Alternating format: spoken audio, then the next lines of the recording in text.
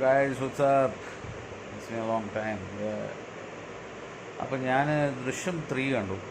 അപ്പം ഒരു ബ്യൂട്ടിഫുൾ പടമായിരുന്നു ദൃശ്യം 3.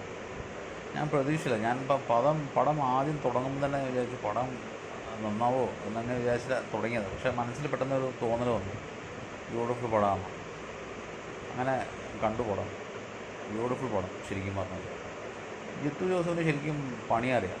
അതാണ് പടം നല്ല ബ്യൂട്ടിഫുള്ളായിട്ട് വന്നത്.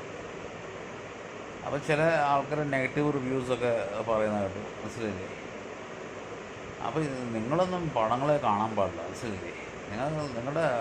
നിങ്ങൾ ഇങ്ങനത്തെ ബാഡ് റിവ്യൂസ് ചെയ്യുമ്പോൾ എന്താണെന്ന് വെച്ചാൽ നിങ്ങളുടെ ആത്മാവിനെയാണ് കാണിക്കുന്നത്, നിങ്ങളുടെ സ്വഭാവം, മനസ്സിലായില്ലേ? ഒരു നല്ല പടത്തിന് ഒരിക്കലും നല്ല പടത്തിന് ഒരിക്കലും നമ്മൾ ചീത്തപ്പടം എന്ന് പറയാൻ പാടില്ല, വേണമെന്ന് വെച്ചിട്ട്, മനസ്സിലായില്ലേ?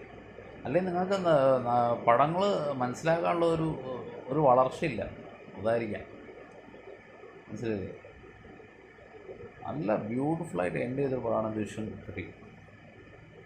ഇതിൻ്റെ മേളിൽ നല്ലൊരു എൻഡിങ് ഇല്ല, അത്രയ്ക്ക് നല്ല ബ്യൂട്ടിഫുള്ളായിട്ട് ചെയ്തിട്ടുണ്ട്. അതെ, അപ്പം ശരിക്കും ജിത്തു ജോസഫിനെ ശരിക്കും സമ്മതിക്കണം.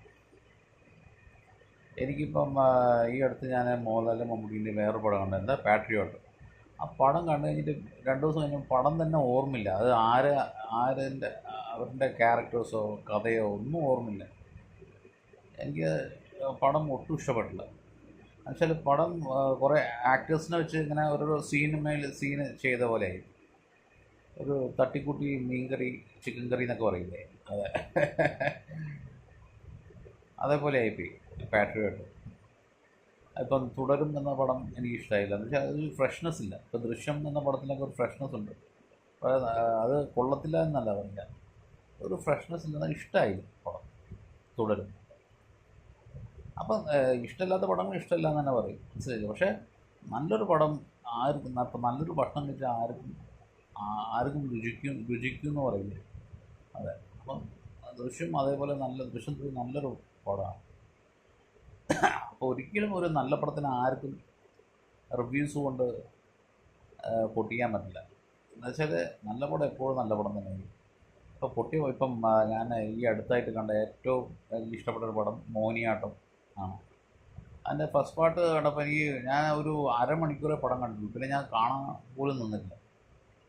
എന്നുവെച്ചാൽ അത് നമുക്കറിയാലോ അതിൻ്റെ ഒരു എനർജി, ഒരു പടം തുടങ്ങുന്നതിന് അതിൻ്റെ എനർജി അറിയാലോ, ഒരു എനർജി കിട്ടും നമുക്ക്.